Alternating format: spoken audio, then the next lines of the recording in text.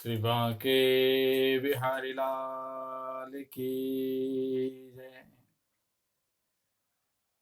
श्री गणेशाय नमः। श्री सरस्वत्यै नमः। श्री गुरुचरण कमलेभ्यो नमः। भूतैर्महद्भिर्यैमा पुरो विभो निर्मायसे ते यदमूसु पुरुषः भुङ्क्ते गुणान् षोडश षोडशात्मकः सोऽलङ्कृशिष्ट भगवान् वचांसि मे।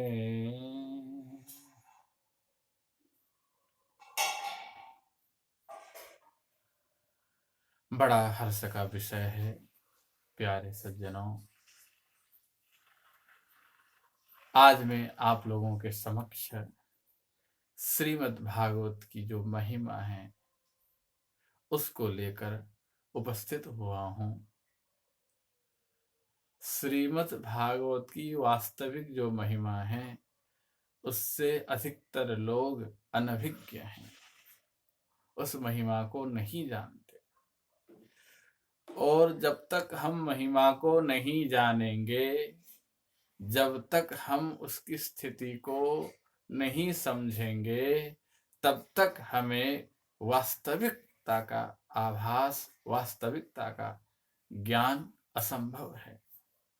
तब तक असंभव होगा, तब तक वास्तविक जो तत्व है उसका ज्ञान नहीं हो सकता। इसलिए वास्तविक ज्ञान प्राप्ति करने के लिए, वास्तविक ज्ञान की प्राप्ति के लिए हमें सर्वप्रथम सही रूप में श्रीमद् भागवत की जो महिमा है उसको जानना परम आवश्यक है। और आप जो है घर बैठे बैठे ही इस महिमा को समझ सकते हैं, श्रवण कर सकते हैं। श्रीमद् भागवत की जो महिमा है उसमें जो पहला श्लोक है बड़ा दिव्य श्लोक है। इस श्लोक को आप अगर प्रतिदिन 108 दिन प्रतिदिन इसको सुनेंगे तो भी आपके ऊपर भगवान की कृपा होगी, और अवश्य होगी। तो आइए हम उस प्रथम श्लोक का उच्चारण करते हैं। सच्चिदानंद रूपाय विश्वोत्पत्त्यादि हेतवे तापत्रय विनाशाय श्री कृष्णाय वयं नमः। इस श्लोक में परमात्मा का जो वास्तविक स्वरूप है उसके विषय में बताया गया है। परमात्मा का वास्तविक स्वरूप कैसा है? सत्य। सर्वप्रथम शब्द आया सत्य। हमारा आपका यह जो शरीर है यह सत्य नहीं है। एक दिन छोटा था, फिर कुछ बड़े हो गए, खेलने कूदने लगे, फिर जवान हो गए, फिर प्रौढ़ होंगे, फिर एक दिन यह शरीर बूढ़ा होगा और नष्ट हो जाएगा। लेकिन परमात्मा कभी बूढ़े होते नहीं है। भगवान को देखा कभी बुढ़े रूप में? बूढ़े रूप में कभी भी परमात्मा को हमने और आपने नहीं देखा, क्योंकि परमात्मा हमेशा 16 वर्ष के रहते हैं। कितने वर्ष के? 16 वर्ष के। इससे ज्यादा की उनकी आयु कभी नहीं होती।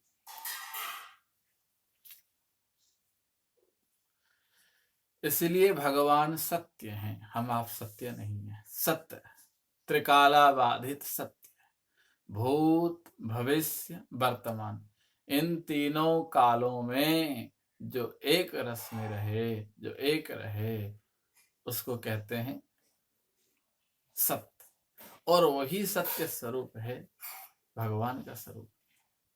और उसी भगवान का जो स्वरूप है, उन्हीं का स्वरूप है श्रीमद् भागवत ग्रंथ।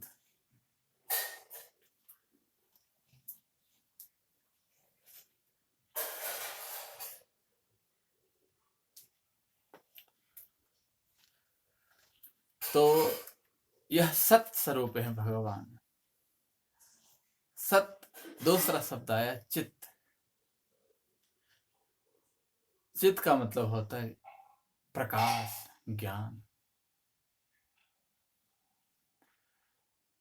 भगवान को हर वस्तु का ज्ञान है, भगवान ही परिपूर्ण है। कुछ लोग किसी विषय का कुछ समय तक अध्ययन करने के पश्चात कहते हैं कि हम तो बहुत बड़े ज्ञानी हो गए, बहुत बड़े हो गए, यहाँ तक कि भगवान से भी ज्यादा मानने लगते हैं। जबकि ऐसा नहीं है सज्जनों, सर्वज्ञ तो केवल परमात्मा ही है।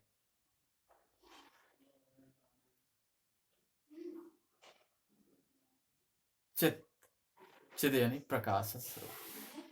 एक सर्वसाधारण रूप में, एक स्पष्ट रूप में मैं आपको बताऊं, जैसे हम लोगों को कुछ पढ़ना होता है तो रोशनी की आवश्यकता होती है, प्रकाश की जरूरत होती है।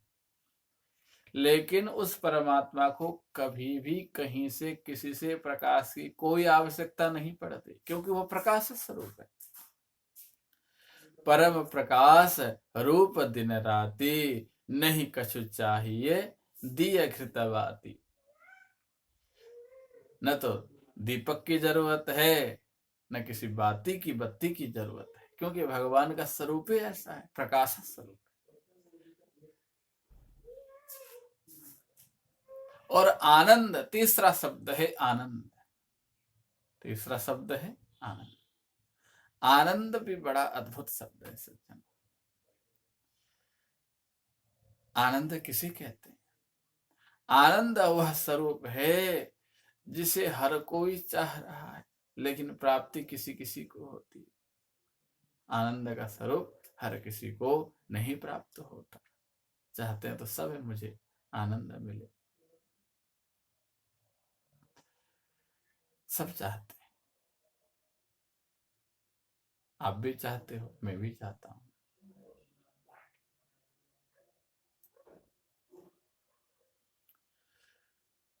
तो इसलिए, लेकिन आनंद केवल परमात्मा ही है। संसार में कहीं भी, कोई भी वस्तु में, किसी भी वस्तु में आनंद नहीं है। परमात्मा में ही आनंद है, परमात्मा के चरणों में ही आनंद है। बाकी हर जगह भय है, हर जगह कुछ न कुछ पीड़ा है, हर प्रकार के दुखों से रहित तो केवल भगवान के चरण कमल हैं, उन्हीं का ध्यान करना। किसी ने खाया, किसी ने जो है रसगुल्ला खाया। क्या खाया? रसगुल्ला। दो खाया, दो रसगुल्ले जो है बड़े प्रेम से उसने खाए। जब तक दो खाया बड़ा अच्छा लगा, बहुत अच्छे रसगुल्ले हैं।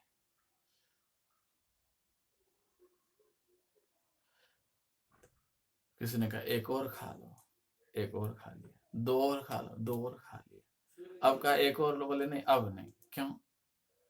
तो कुछ देर पहले उसी रसगुल्ले में आनंद आ रहा था, अब क्यों वो मना कर रहा है? क्यों? क्योंकि अब उसमें जो आनंद की अनुभूति कुछ देर पहले हो रही थी, अब जो है वह आनंद की अनुभूति अब उससे होने वाली नहीं है। देख लो, समय बदल गया, चीज वही है, लेकिन समय बदल गया तो वो अनुभूति का स्वरूप भी बदल गया। बदला नहीं बदला? ज्यादा ही वो जबरदस्ती खा लेगा तो उल्टी हो जाएगी, तो क्या उसको आनंद कहते हैं? नहीं। लेकिन परमात्मा आनंद स्वरूप है। इसीलिए सज्जनों, रसगुल्ले में जो आनंद है वो वास्तविक आनंद नहीं है। वास्तविक आनंद तो परमात्मा ही है।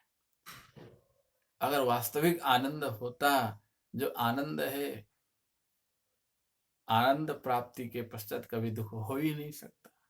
अगर दुख होता है तो वह आनंद आनंद नहीं कहा जा सकता, वह आनंद आनंद नहीं है।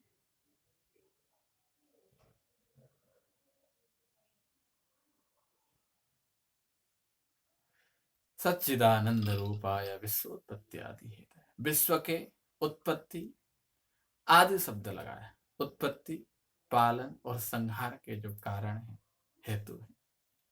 तापत्रय विनाशाय, दैहिक, दैविक, भौतिक 3 प्रकार के ताप होते हैं। दैहिक, दैविक, भौतिक, इनकी विशद व्याख्या अगले वीडियो में हम करेंगे। इस वीडियो में नहीं करेंगे, लेकिन अगला जो वीडियो आएगा उसमें जरूर इनकी व्याख्या हम करेंगे। तीनों तापत्रय विनाशाय श्री कृष्णाय वयं नमः। श्री कृष्णाय, श्री कृष्ण को हम नमस्कार करते हैं। अब हम दूसरे श्लोक की ओर बढ़ रहे हैं, जो कि बसंत तिलका छंद में बड़ा ही दिव्य इसका विभाग है। बसंत तिलका छंद है और बड़ा अद्भुत भाव है। यं प्रव्रजन्तमनुपेतमपेतकृत्यम् द्वैपायनो विरह कातराजुहाव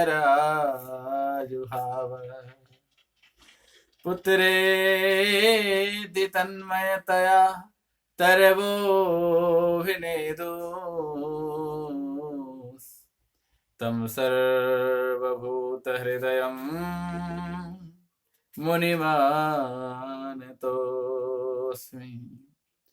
पुत्रेति तन्मयतया तरवोऽभिनेदुस् तं सर्वभूतहृदयं मुनिमानतोऽस्मि।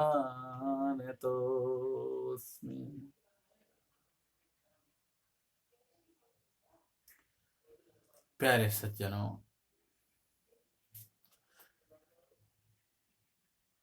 इसमें सुखदेव जी वन की ओर जाते हैं और वेद व्यास जी विरह से कातर होकर उनको बुलाते हैं, लेकिन सुखदेव जी तो इतने तन्मय थे कि उन्होंने पिताजी के द्वारा दी गई ध्वनि को नहीं सुना। पिताजी पुत्र पुत्र कह के बुला रहे थे, लेकिन उस ओर उन्होंने ध्यान नहीं दिया। उस समय तरवह अभिनेदो, वृक्षों ने उत्तर दिया। किसने उत्तर दिया? वृक्षों ने। ऐसे सर्वभूत स्वरूप सभी प्राणियों के हृदय में निवास करने वाले भगवान साक्षात श्री सुखदेव स्वरूप श्री नारायण को हम आप सब जो है प्रणाम करते हैं। जय श्री कृष्ण।